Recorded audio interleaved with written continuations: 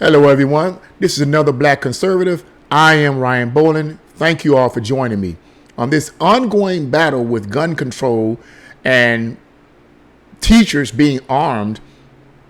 I believe there was the president of the Board of Education or some kind of educational forum made the statement on this PBS broadcast that teachers having more guns basically puts pressure on them to basically be, and I'm paraphrasing it, defenders of their children instead of educating their children. This puts pressure on them, and this individual thinks this is totally crazy. It is not good. It's not healthy. So what I'm going to do, I'm going to read this article. It's a very short article. I'm going to read this article because I want you guys to hear what this person has to say, and periodically throughout the article I'm going to be giving my commentary because I do have something to say about this. So let's get right into this article. Let me give you the title of this article first. The title of this article is NEA President, allowing teachers to carry puts pressure on teachers to have guns, leads to more violence than teachers won't carry. Wow, really? On Tuesday's PBS NewsHour, National Education Association President Becky Pringle argued that allowing qualified teachers to carry guns in school, quote, puts more guns into schools. We know more guns equals more violence and will put pressure on teachers that the society believes that they are the ones that should be defending our kids with guns and also won't do anything because teachers won't take up the option to carry. Here I wanted to say something real quick right here. The assessment that this individual says that the statement puts more guns into schools, we know more guns equals more violence. From what I found out, that's just not true.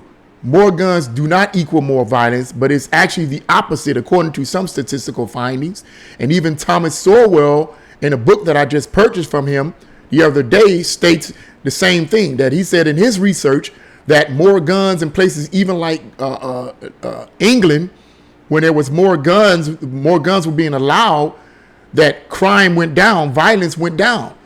Now, the implication to that is because the more people who basically were law-abiding citizens that owned guns were able to defend themselves against criminals and nutbags. So this assessment or this point that this individual is making, I don't believe it to be accurate statistically. But let's go on. He says, that the society believes they are the ones that should be defending our kids with guns and also won't do anything because teachers won't take up the option to carry guns. I don't agree with that because he says that society believes that they are the ones that should be defending our kids. If society finds out that teachers are getting training to arm themselves, I don't believe that the society is going to start thinking, you know what, the teachers are supposed to defend our children. I don't think that's going to make them think that. Most people in the society believe that teachers that are getting armed, okay, will be to protect the children, to protect themselves, but it's not going to be this idea, well, you know what, you guys got guns, you better protect our children, and if you don't protect our children, we're going to hold you responsible for it. No, I don't believe that is the case at all. Pringle stated, we know that our educators all over this country are focused on teaching and nurturing and supporting our students. Well, to some extent, yeah, but a lot of these teachers aren't really focused on educating our children. They're focused on conditioning them to accept transgenderism and all critical race theory, but that's another story, and I digress. He goes on to say, for there to be a law that has them armed, which of course puts more guns into schools, we know more guns equals more violence. Incorrect. Statistical finding that I came up with basically refutes that argument. And for them to bear that responsibility, it is absolutely, absolutely unconscionable. I overwhelmingly do not support this. And let me tell you this statistic. In 2013, the state of Texas passed a similar law.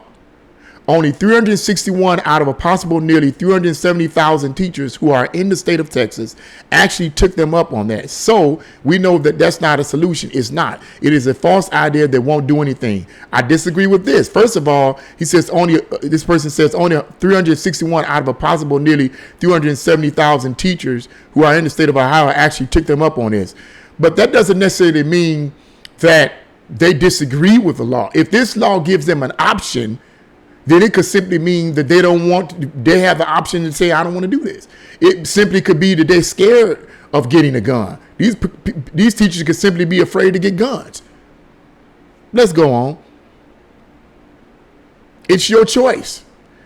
NewsHour correspondent Stephanie Tsai then asked, quote, just to be clear, my understanding of the Ohio law just signed is that it gives teachers the options. And before I read further into this, me being in the state of Ohio, I was so glad that Governor DeWine signed this bill into law that gives teachers the option, the choice. Needless to say, prior to this, there's no option. They couldn't choose, there was no option. This gives them the option to be armed.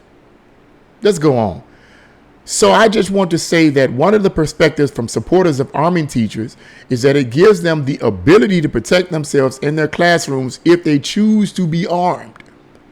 Is there any scenario in which you see with the proper training that a teacher should have that option? And I totally agree with the statement of this other individual, correspondent Stephanie Tsai, have made. I agree with that. This gives them options to be trained so that they can protect our children. Unfortunately, this is the point that we have come to. Let's be realistic. What other option do we have? Let's say, for instance, you don't have any, there's no laws that are given to allow teachers to be armed. Let's say the teachers, we won't allow the teachers to be armed at all. If something like this happens, you have to call 911, you have to call the police, whatever. Don't you think that would lead to another situation that just like we just had a few weeks ago? Isn't it true that if some of the teachers were armed, that they would have been able to stop this individual from doing what he's doing? From what I understood, the individual, most of the shooting took place in one classroom. And correct me in the comment section below, one classroom. So what if the teacher was armed? I'm pretty sure the teacher, if that teacher was armed and trained, would have been able to take this person out and would have prevented that. See, I mean, what other option do we have? This idea of putting more guns into the schools is not going to ensue more violence. That's stupid. The left always, I don't understand the left sometimes. I do and then I don't. They're so messed up in the head as far as I'm concerned. None of what they say makes sense. It makes no sense. What other option do you have? If you don't give teachers the choice to say, I want to be armed. And you say, okay, let's get rid of that law. We're not going to even create a law that allows you to be armed. You don't have any guns to defend yourself. Some madman comes in and starts gunning down these children.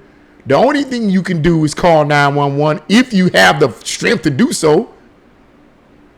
What are you going to do? Hide somewhere when the person comes in and starts shooting? Hide somewhere and start calling 911? While you calling 911 and trying to give the information, more kids are being shot and killed. Because I'm pretty sure that the madman ain't sitting back waiting to say, let me wait till these teachers call 911 and then I just give it a pause. They're going to keep shooting until they can't shoot anymore.